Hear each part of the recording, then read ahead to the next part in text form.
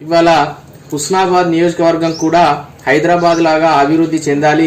ఈ పక్కకున్న సిద్దిపేట కావచ్చు, గజ్వేల్ కావచ్చు, సిరిసిల్ల కావచ్చు, గత ప్రభుత్వం కేసీఆర్, హరీష్ రావు, కేటీఆర్లు మాత్రమే ఈ 3 నియోజకవర్గాలను అభివృద్ధి చేసుకున్నటువంటి పరిస్థితులు చూసినాం. ఇవాళ హుస్నాబాద్ ప్రాంతం వెనుకబడి ఉన్నది కాబట్టి ఈ ప్రాంతంలో పర్యాటక కేంద్రానికి అనుకూలంగా ఉన్నది కాబట్టి పర్యాటకంగా అభివృద్ధి కావాలనేటువంటి సంకల్పంతో గౌరవ బీసీ మరియు రవాణా శాఖ మంత్రివర్యులు ఎప్పటికప్పుడు ఆ అభివృద్ధి పనులకు పర్యాటకానికి సంబంధించిన అంశాల్లో అధికారులతో చర్చిస్తూ సమావేశాలు ఏర్పాటు చేస్తూ ఈ రోజున ఈ హుస్నాబాద్ కు కూతవేడు దూరంలో జిల్లెలగడ్డ ప్రాంతంలో 9,000 ఎకరాల ప్రభుత్వ స్థలం ఉన్నది. ఆ స్థలంలో ఇప్పుడు 10 కోట్ల రూపాయలు పర్యాటక కేంద్రంగా మార్చడానికి కేటాయించడం నిధులు జరిగింది.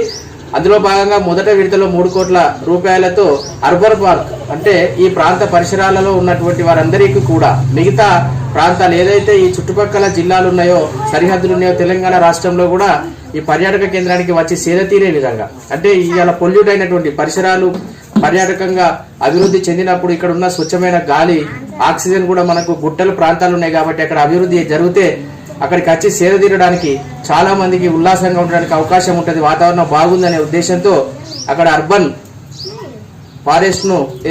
పార్కును ఏర్పాటు చేయడానికి కూడా మంత్రి గారు ముందుకు వచ్చి దానికి నిధులు కేటాయించినారు.